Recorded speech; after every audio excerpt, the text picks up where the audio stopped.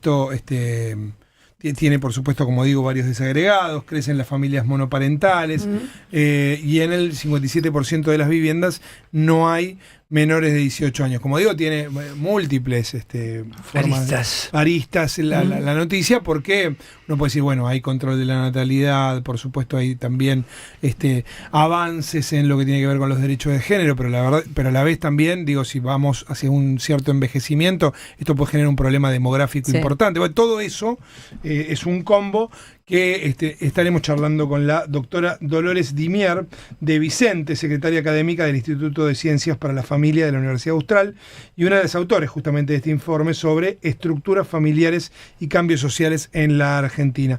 Doctora, ¿cómo le va? Marcos Citadí le saluda aquí en Radio 10. ¿Qué tal, Marcos? Muy buenas tardes. ¿Cómo anda? Bueno, traté de sintetizar, por supuesto, hay muchos más datos en el informe, todos ellos muy interesantes. Sí, claro que sí. Bueno, lo que tratamos es de extraer algunos temas, sobre todo, que son realmente muy importantes a la hora de tomar una fotografía de lo que es Argentina y nuestra realidad demográfica hoy, y qué desafíos tenemos como país hacia adelante, ¿no? Y eso, por eso nos parece que es interesante poder tener datos para poder edificar con vistas a futuro, ¿no? La primera pregunta que le hago es si esto es muy diferente de lo que está pasando en el mundo. A ver, el envejecimiento poblacional es una realidad que se viene viendo desde el primer mundo hace ya más de 40 años, y es una realidad hoy también en Argentina. El descenso de la natalidad es una parte, un aspecto del envejecimiento poblacional cuando se envejece por la base. Uno piensa en una pirámide, piensa en un triángulo prácticamente. Esa base de la pirámide implica la cantidad de niños a nivel población. Y también es un envejecimiento por la cúspide, porque la esperanza de vida continúa, gracias a Dios, aumentando, pese a lo que ha sido la pandemia de COVID a nivel internacional, no solo en nuestro país, y con los efectos en comorbilidades en personas mayores, que obviamente ha hecho que descendiera un poquito la esperanza de vida. El tema del descenso de la natalidad en Argentina sí es un dato muy preocupante, porque nosotros realizamos un estudio hace exactamente un año, tomando los índices poblacionales del INDEC 2022, y nos alarmó ver cómo ha descendido entre el 2022 al 2025 esta cifra, dando una suma realmente, una cifra alarmante, en el sentido de que hemos disminuido en un 40% la cantidad de nacimientos en Argentina, lo que implica que 4 niños nacían hace 10 años, hoy de esa misma cantidad nace un solo niño en Argentina. Hay en el estudio cuestiones vinculadas a lo cualitativo, digo, para entender por qué se ha dado esta situación. Nosotros hicimos un sondeo cualitativo que no está publicado, porque, bueno, la primera expresión en la que suele saltar frente a lo cualitativo es la falta de dinero, la crisis económica. Hicimos un cruzamiento de datos con lo que tienen que ver con las crisis económicas en Argentina y el Producto Bruto Interno.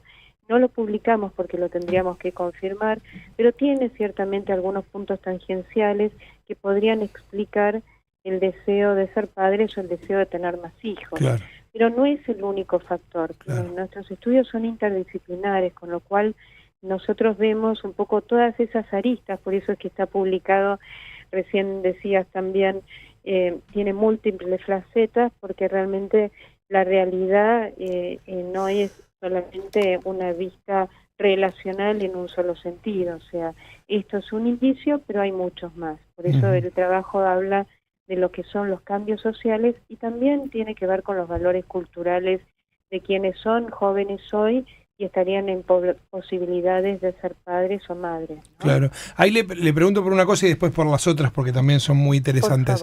La primera es que el gráfico que al menos se publica periodísticamente muestra esa caída drástica de la que usted habla, que sobre todo, bueno, en los últimos 3 años aparentemente fue aún más drástica, pero que comienza en 2014 con mucha fuerza. Podríamos decir que es justo todo el periodo que la Argentina ha vivido en crisis por diferentes motivos, ¿no?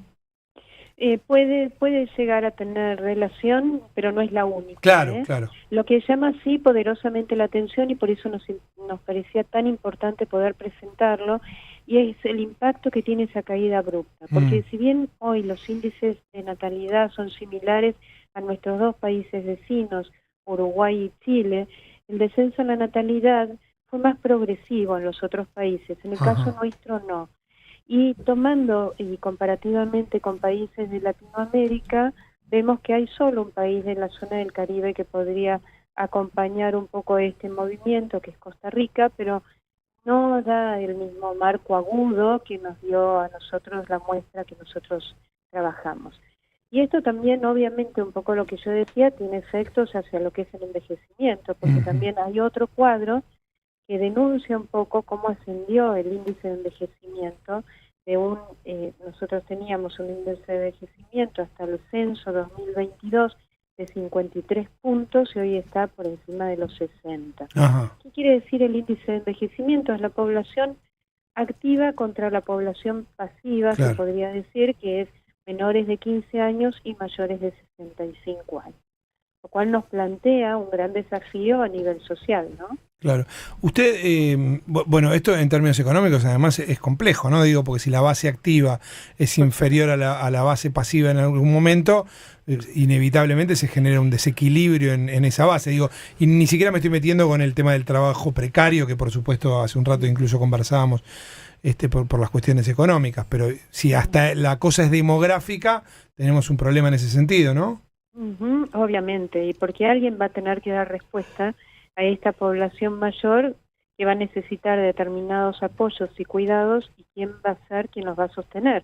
El Estado tiene que prepararse para eso y nunca va a ser lo mismo que realmente lo que es la atención humana, ¿no? Claro. O podrá haber grandes desarrollos tecnológicos, hoy vemos la robótica aplicada al cuidado de personas mayores, pero nunca es lo mismo que el acompañamiento natural que se da dentro de la población humana. Y ahí le pregunto otra cosa, doctora, porque usted acaba de dar en el clavo de algo que me preocupa y que me interesa, que es el tema del Estado planificando, ¿no?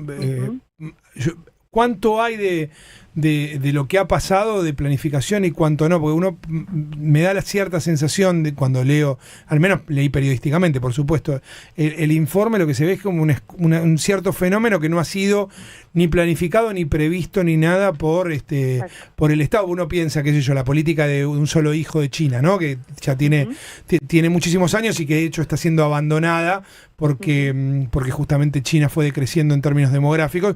Bueno, ahí había una planificación, buena, mala, que llegó hasta un momento y después cambió, lo que fuera, pero hay una planificación. ¿En la Argentina algo de esto sucede? No. Hoy, lamentablemente, hoy día no. Hay cierta inquietud por parte del ámbito público, hay algunas consultas que se están realizando, pero todavía, por ejemplo, nosotros estamos con leyes laborales que no, a ver, la realidad del desarrollo profesional de la mujer y los espacios que se han conquistado a nivel profesional no están en línea con lo que implicaría, por ejemplo, que haya una cierta conciliación entre la familia y el trabajo, con lo cual esto incide obviamente en temas de natalidad. Lo mismo que el hombre, o sea, todavía tenemos licencias de 3 días cuando se es padre, y hoy está científicamente demostrado la importancia que tiene la presencia de un padre en lo que es el desarrollo de un niño, con lo cual tenemos los medios, porque la pandemia ha facilitado ciertos medios tecnológicos como para poder conciliar de una manera más adecuada la vida laboral y la vida familiar, pero bueno, todavía estamos muy tiernitos en este tema, ¿no? Sí observamos en el informe anterior, en este sentido, ¿no? En este punto, que es una de las facetas que se pueden develar a través de este informe. En el estudio anterior nosotros sí pudimos relevar los datos de la participación en tareas del hogar, el del varón y la mujer, en temas de conciliación de los ámbitos laborales y familiares, y a mejor nivel educativo la colaboración del padre en tareas del hogar es mucho más elevada, algo que ya no se da en clase media baja, Eso, la entrada del hombre sigue en tareas de cuidado, de crianza o tareas domésticas, siguen siendo las mismas que hace varios años atrás. Esto favorecería, digo, porque la mujer que trabaja, por ejemplo, tendría más posibilidades de que la crianza se dé sin necesariamente su atención permanente, ¿no? Exactamente, quien quisiera también ampliar una familia, por ejemplo, hoy se carece de todo tipo de financiación, de baja de impuestos. Por ejemplo, yo suelo dar un ejemplo muy fácil, muy práctico, que es, si alguien deseara tener 3 hijos, ¿qué tipo de auto necesitaría comprar de alta gama para poder ubicar 3 sillitas para poder sentarlos a sus niños en el asiento de atrás? Claro. Es prácticamente imposible, solo está permitido para un nivel socioeconómico muy alto esto. Con lo cual, hay políticas que están a espaldas de poder promover la familia en este sentido, en la posibilidad también de que haya interés, porque es una realidad la imposibilidad económica a veces también para acceder, hoy quizás un poquito menos, pero acceder a créditos y poder ampliar una vivienda, pero a poder tener otras posibilidades de desarrollo. Y sucede otros fenómenos, teniendo en cuenta otras aristas. ¿Qué pasa con los jóvenes hoy, no? Sí. ¿Qué pasa con los jóvenes si les interesa ser padres o no? Entonces, si bien muchas veces podríamos explicar el fenómeno de la demora en el primer nacimiento relacionado con el desarrollo profesional de la mujer, que hoy día sí, en esta fotografía lo vemos, el alto impacto que tiene el nivel académico que está adquiriendo la mujer por sobre el hombre, o sea, hoy la mujer está más escolarizada que el hombre en Argentina.